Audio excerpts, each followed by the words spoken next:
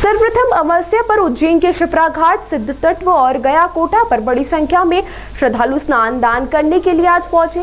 श्राद्ध पक्ष में जो लोग अपने पूर्वजों का तर्पण और श्राद्ध नहीं कर पाते हैं, वे सर्वपितृ अमावस्या पर स्नान पूजन कर उन्हें मोक्ष की प्राप्ति करवाते हैं। पूजन से पितरों की कृपा पूरे परिवार पर हमेशा बनी रहती है। 16 श्राद्ध का समापन सर्वप्रथम अमावस्या पर हुआ। उज्जैन के शिप्रा नदी, सिद्धवट घाट और गया कोटा सहित तीर्थ स्थलों पर श्रद्धालु स्नान, पिंडदान, तर्पण और दान करने लाखों की तादाद में पहुंचे।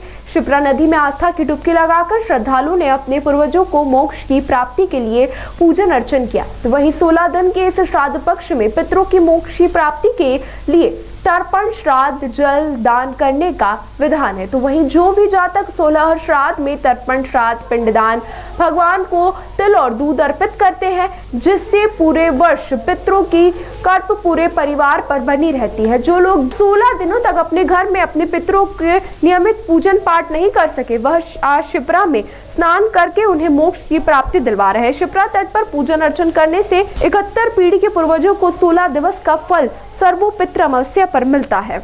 आज सर्वपितृ अमावस्या है। 16 श्राद्ध के अंतर्गत ये पूरे वर्ष भर में 16 दिन का पर्व आता है, जिसमें पितरों की तृप्ति का तर्पण, श्राद्ध, जलदान इत्यादि कर्म करने का विधान बताया गया है। जो भी जाता कि 16 श्राद्ध में तर्पण, श्राद्ध, पिंडदान, भगवान को तिल दूध अर्पित करता है, तो पूरे वर्ष भर तक जो है अपने पूर्वजों की, पितरों की कृपा दृष्टि उस वंश पर, उस परिवार पर बनी रहती है और पितरों के आशीर्वाद से वंश की वृद्धि, कुल की रक्षा, संतान की उत्पत्ति और कई प्रकार के ऋणों का, मुक्ति का फल प्राप्त होता है।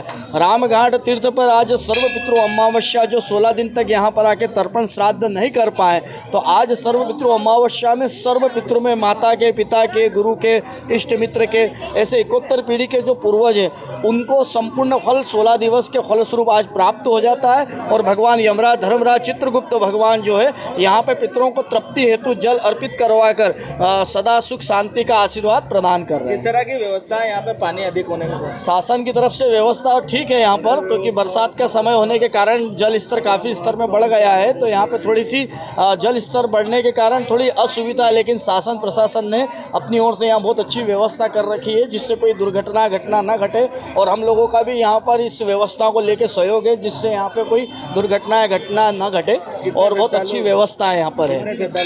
अभी तकरीबन सुबह प्रातः काल से अभी तक जो है श्रद्धालुओं की संख्या 50,000 1 लाख के लगभग हो चुकी है और पूरे दिन भर का एक क्रम है। आज ये जो है पूरे दिन भर का क्रम होने के कारण 1.5 से 2 लाख जनता यहाँ पर धर्म की आस्था की डुबकी लगाएगी और पितरों का आशीर्वाद प्राप्त करेगी। उज्जैन में कौन कौन सी जगह है जहाँ पर आज के दिन स्नान करने का लाभ है? उज्जैन तो वैसे विशेष रूप से 7 पुरियों में सबसे बड़ा महत्व रखता है। अयोध्या, मथुरा, माया, काशी, कांची, अवंतिका। उज्जैन में रामघाट के अलावा सिद्धवट है, गया तीर्थ है। ये 3 जगह जो पितृ कर्म करने का विधान बताया गया है। लेकिन रामघाट अति प्राचीन स्थान है, क्योंकि यहाँ पे भगवान श्री रामचंद्र जी ने अपने पिता दशरथ जी का पिंडदान दिया था।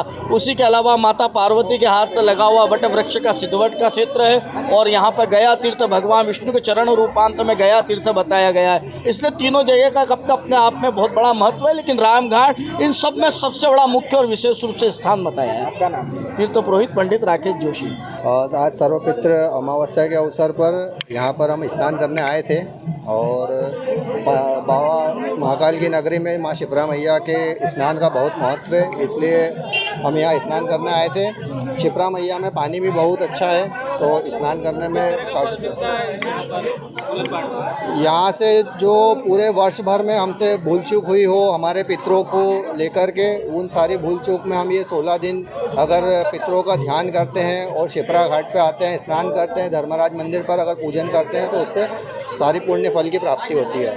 आपका नाम? देवांक माते।